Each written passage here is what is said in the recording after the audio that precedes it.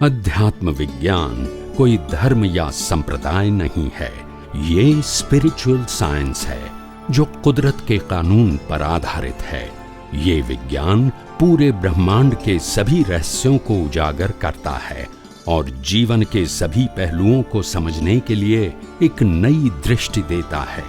इसी को art of vision कहते हैं, दुनिया को देखने की एक नई दृष्टि, जो अध्यात्म विज्ञानी परम पूज्य स्वामी श्री कमलेशानंद जी के निर्देशन में सनातन सत्य का अनुसंधान कर हमारे जीवन को प्रकाशित करे।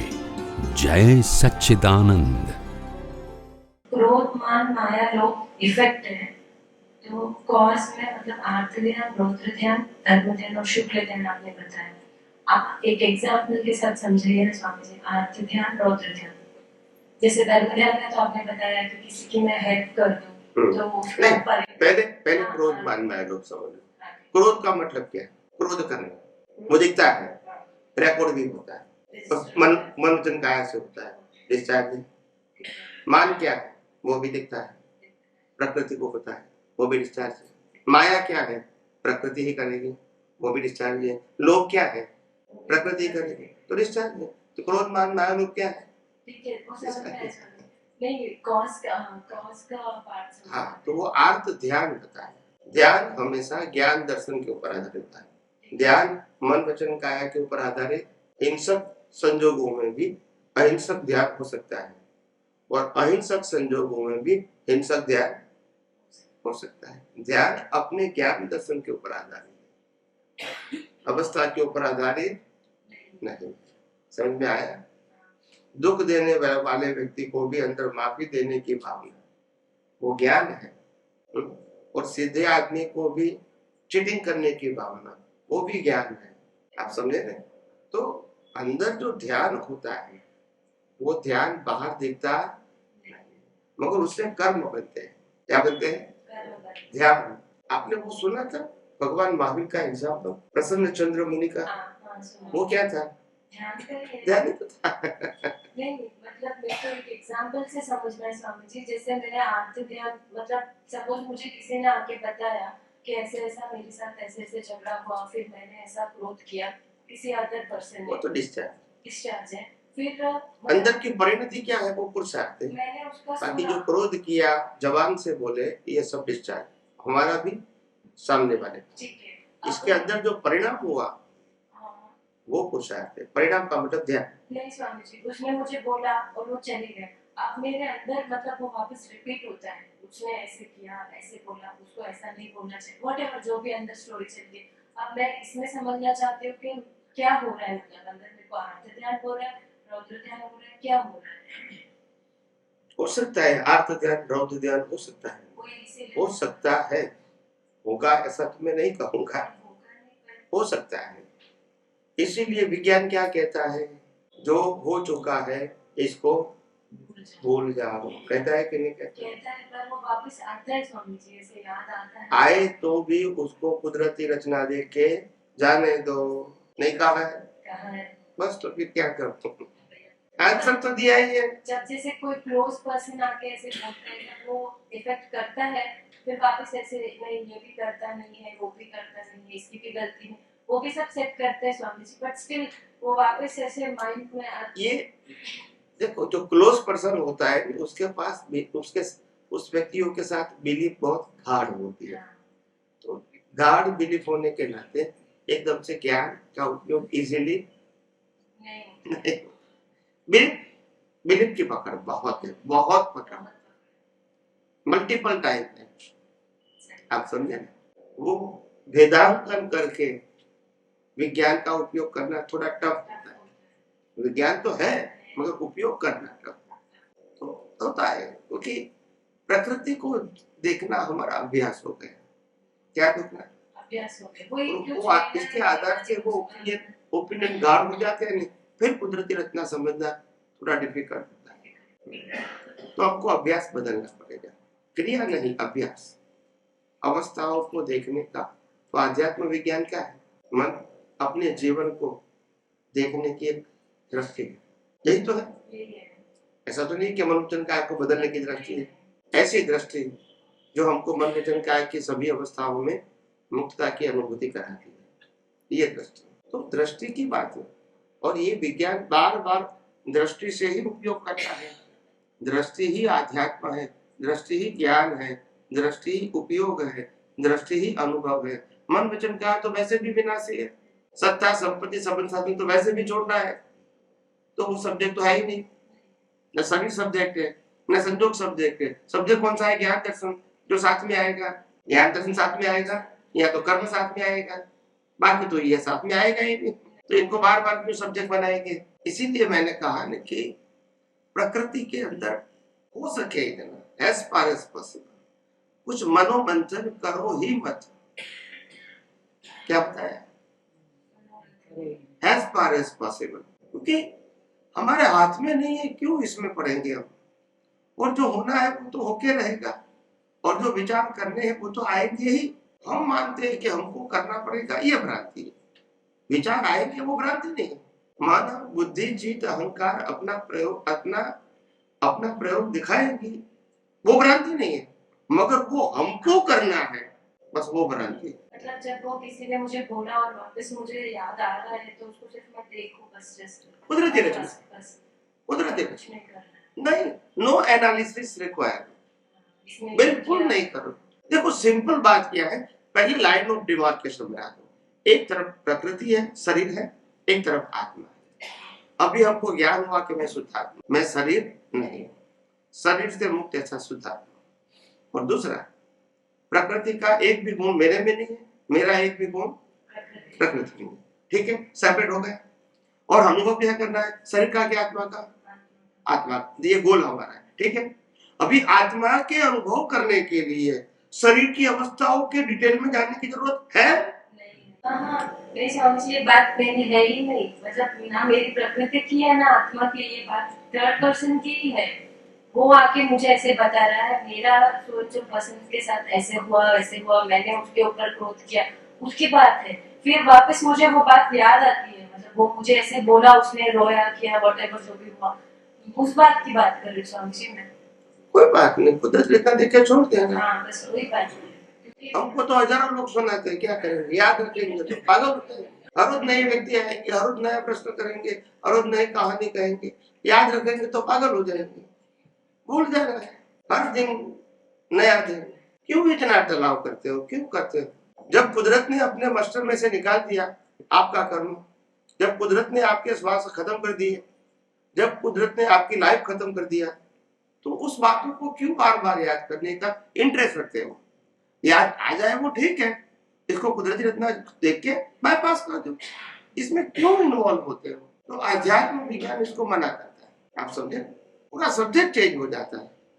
और इसीलिए मैंने कहा कि जिंदगी में हमको आगे बढ़ना है तो सबसे पहले फंडामेंटल साइंस पढ़ो कि क्या है। जैसे मैंने शरीर का साइंस बताया, ऐसे हर बात। ये दुनिया 6 सनातन तत्वों से बनी है। ये दुनिया, पूरा ब्रह्मांड कुदरती कानून से चलता है, और कुदरती कानून से बनी हुई अवस्था, उसको कुदरती रचना कहते हैं। सेम ये मन वचन का है, 6 तत्वों से बना है। ये मन वचन का है, कुदरती कानून से चलता है। ये मन वचन का है कि सभी अवस्था कुदरती रचना है। तो पिंडेषु ब्रह्मांड, ब्रह्मांडेषु पिंड, एक ही बात है। ब्रह्मांड जानो या पिंड जानो, प्रिंसिपल तो यहाँ भी 6 तत्व से दुनिया बनी है, यहाँ भी 6 तत्व से हमारा शरीर बना है। समझ में? पूरा ब्रह्मांड जो कुदरती कानून चलता है, वही कानून शरीर को भी लागू होता है, शरीर की सभी अवस्थाओं को। जो ब्रह्मांड की सभी अवस्थाओं को कुदरती रचना कहते हैं, ऐसे मनुष्य का है कि भी सभी अवस्थाओं को तो कोई डिफरेंस ही नहीं है। तो जब बोलते हैं तो कुदरती रचना में क्यों इतना डीप में समझ, एक्सेप्ट कर लो कुदरती रचना है। मैंने किया, तुमने किया, क्या जरूरत है? मेरा है, तेरा है ही नहीं। वास्तविकता समझ में आएगी तो समझ में आएगा। और क्लियर कर दो अपना विजन, बिल्कुल गोल गोल मत करो। जितना गोल गोल करोगे समझ में नहीं आएगा। हाँ, धार्मिक बातें समझना है तो बराबर है कि क्रियाकांड को समझना पड़ेगा, फॉर्मेट को समझना पड़ेगा, पाप पुण्य प्रायश्चित को समझना पड़ेगा। वो धर्म की बात करेक्ट है, मगर यहाँ धर्म की बात तो करते नहीं है। हम आध्यात्म की बात करते हैं, जन्म मरण से मुक्ति की बात करते हैं, अच्छे जन्म लेने की, पुण्य प्राप्त करने की हम बात नहीं करते हैं।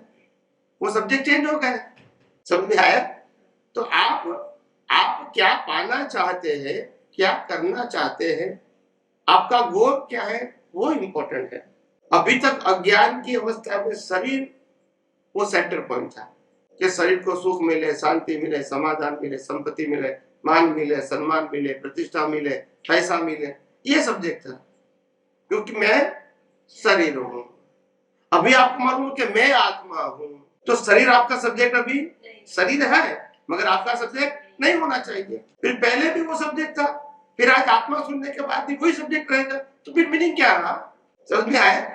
एक भाई હતો તે પેલી કંપનીમાં ઇન્ટરવ્યુ આપવા ગયો, પછી ઇન્ટરવ્યુમાં પહેલા કહ્યું તો ઇંગ્લિશ આવડે છે? તો કે લખતા આવડે છે, વાંચતા નથી આવડતું. પેલા કીધું લખો, એટલે પેલા લીટા ખબર પડે. પેલો કે વાંચો, પહેલા કીધું તો વાંચતા નથી આવડતું.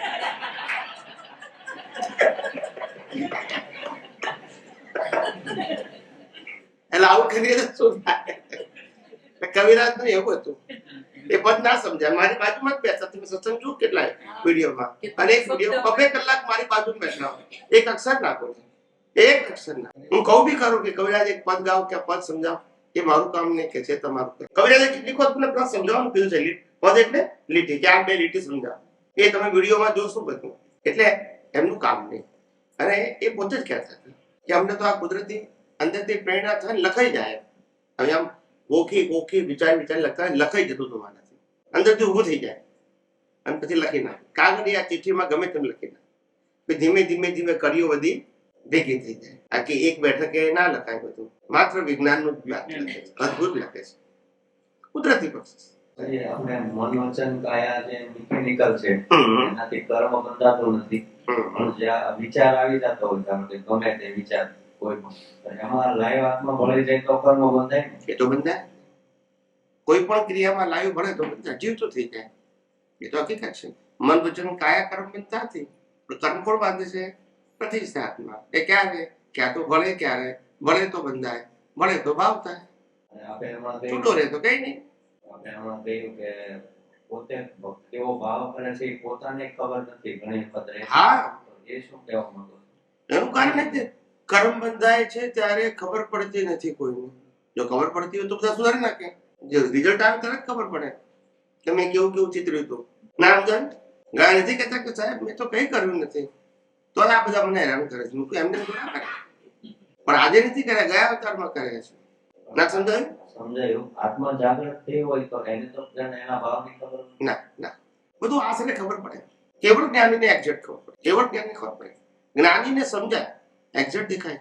કોઈ પણ જ્ઞાનીને સમજાય ખરું કે આ પ્રકારના ભાવ થાય છે તો આવા પ્રકારના કર્મો બંધાય. એ જેને એક્સપ્લેન નહીં કરે કે આવા પ્રકારના ભાવ થાય તો આવા પ્રકારના કર્મો બંધાય. એ સિદ્ધાંત સમજાવે, પણ એ દેખી ના શકે કે તમે અત્યારે કેવા ભાવ કરો છો. એ ના દેખી શકે. એ કેવળ જ્ઞાની જોઈ શકે. એટલે કર્મ બંધાય ના ખબર પડે. આ તો જેટલું વિજ્ઞાન સમજાય એટલા ભાવ આપણા ધીમે ધીમે સંસારલક્ષી મોડા ખ્યાલ આવી ગયો. બંધ તો છેલ્લા અવતારમાં જ થાય. કોઈ અવતારમાં કર્મ બંધાવાનું બંધ ના થાય. લાસ્ટ બર્થમાં બંધાય. કારણ કે પ્રતિષ્ઠિત આત્મા ના, લાઈવ પ્રતિષ્ઠિત આત્મા એવો ભાવ થાય કે હવે આ કઈ જોતું જ નથી આ દુનિયામાં, કે આપણે મોક્ષ જ જોતો છે. તો એ કયો ભાગ? એ ભાવ થયો આ ભાવ છે, પણ ભાવ ટકતો નથી ને. આપણો કયો ભાગ એવો આપણે લાઈવ આત્મા? હા, લાઈવ પ્રતિષ્ઠિત. એ ભાવ સાચો છે ને, ભાવ હોવો જોઈએ, પણ એ ભાવ સતત ટકતો નથી ને. આ મોહના વાતાવરણમાં ટકતો નથી. એટલે મોહ છે ને. મોહનો મતલબ શું થાય? હજુ સંસારમાં સુખ ભાસે છે. આપણે કહ્યું હતું આગળના હમણાં સત્સંગમાં કે બધી વસ્તુનો આપણે વેલ્યુ 0 કરવાની, પણ એ કરીએ છીએ ને થતી નથી એવું લાગે. એટલે કોઈ પણ વસ્તુ આપણે વેલ્યુ 0 કરીએ, કે આત્માની સામે કે આપણે અધ્યાત્મની સામે, તો વેલ્યુ 0 થઈ ગયો તો લાલચ ને એ બધું રહે ને. પ્રકૃતિમાં બધું રહે. વેલ્યુ 0 ની દ્રષ્ટિનો વિષય છે, પ્રકૃતિનો વિષય થોડો છે. પ્રકૃતિને જ્ઞાન દર્શન ભેગા કરવાના જ નહીં કોઈ દિવસ. હું જે વાત કરું છું એ મારી બધી વાતો જ્ઞાન દર્શન ઉપર જ છે, મન વચન કાયા ઉપર છે જ નહીં. મારી આધ્યાત્મ વિજ્ઞાન, spiritual science is a art of vision, દુનિયાને જોવાની દ્રષ્ટિ. પ્રકૃતિને જોવાની દ્રષ્ટિ. ખ્યાલ આવી ગયો? આખું વિજ્ઞાન દ્રષ્ટિ ઉપર જ છે. મન વચન કાયા સબ્જેક્ટ આવતો નથી. અને મન વચન કાયા સબ્જેક્ટ જે છે આધ્યાત્મ વિજ્ઞાનમાં, એ માત્ર કુદરતી રચના જોવા પૂરતો જ છે. નો ડિટેલિંગ. ડિટેલિંગ જ નહીં કરવાનું. જે ગામ જવું નહીં એનું નામ જ નહીં લેવાનું. ઊંડા નહીં ઉતરવાનું. હે? બિલકુલ નહીં. શેના માટે ઊંડા ઉતરવાનું? તમે શા માટે સબ્જેક્ટ બનાવો છો? સબ્જેક્ટ બનાવવું છે ને મુક્ત રહેવું છે, પછી થાય હું તારા ટોઈ જાય. તો પછી એટલે છે કહેવાનો મતલબ મારો કે પ્રકૃતિના વિચારો આવે એની સાથે આપણને વાંધો નથી, પણ આપણે તો પ્રકૃતિ અને પ્રકૃતિના વિચારો એને પણ કુદરતી રચના જોવાની. પછી શું વાંધો છે?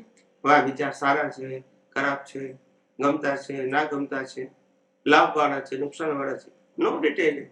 કુદરતી એક વસ્તુ ધ્યાન રાખવાની કે જે આજે છે શરીર સહિત સત્તા, સંપત્તિ, સંબંધ અને સાધન, એનો હિસાબ 25, 30, 40, 50 વર્ષથી વધારે નથી. અને તે દિવસે કમ્પલસરી છોડવાનું છે. આ કુદરતનો કાનૂન છે, આમાં ઓપ્શન નથી. યસ કે નો? તો જે કમ્પલસરી છોડવાનું છે એને આજે મારું નથી એવું માનવામાં શું વાંધો છે? છોડવાનું તો કહેતો જ નથી, માનવાનું કહું છું. વેલ્યુ 0 નો મતલબ શું થાય?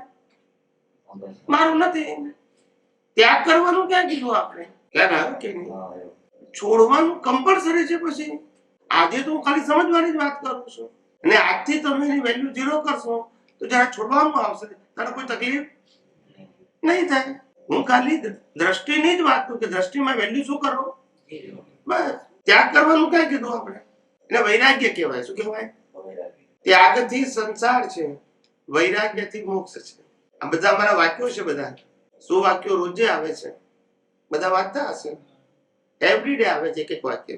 1500 ઉપર થઈ ગયા છે. રોજ એક વાક્ય 100 વાક્ય આવે. નાનું હોય, શોર્ટ, એકદમ 2-3 લીટી. બધું સમજો તો ખબર પડે. અત્યાર સુધી આપણે આધ્યાત્મને વિજ્ઞાન તરીકે સમજ્યા જ નથી. ધર્મ તરીકે સમજ્યા, વિજ્ઞાન તરીકે નથી સમજ્યા. પછી કેવી રીતે સમજાય? દાદા ભગવાનને પોતાને કેવું પડ્યું કે આ બધા મેં આ બધાને કહું છું ને, આ બધા પાડાને વેદ ભણાવું છું કે છે.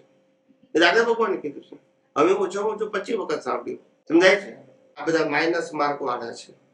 શું કહું? વિજ્ઞાન કે છે દાદા ભગવાન તો મહાજ્ઞાની હતા, પણ એમને જે સર્કમસ્ટાન્સીસ મળ્યા એવા ના મળ્યા કે જે લોકોને વિજ્ઞાનમાં ઇન્ટરેસ્ટ. સમજાય છે? આ બધી આપતવાણીઓ વાંચો. બધા પ્રશ્નો શું છે? અમારે શું કરવાનું? અમારે શું કરવાનું? અમારે શું કરવું? કોઈ છૂટું પડવાનું પૂછતા જ નથી. કરવાનું શું? કરવાનું શું? જ્યાં કંઈ પણ કરવાનું છે ત્યાં સંસાર છે, ત્યાં મોક્ષનો માર્ગ નથી. દાદા ભગવાનનો આપતો સૂત્ર.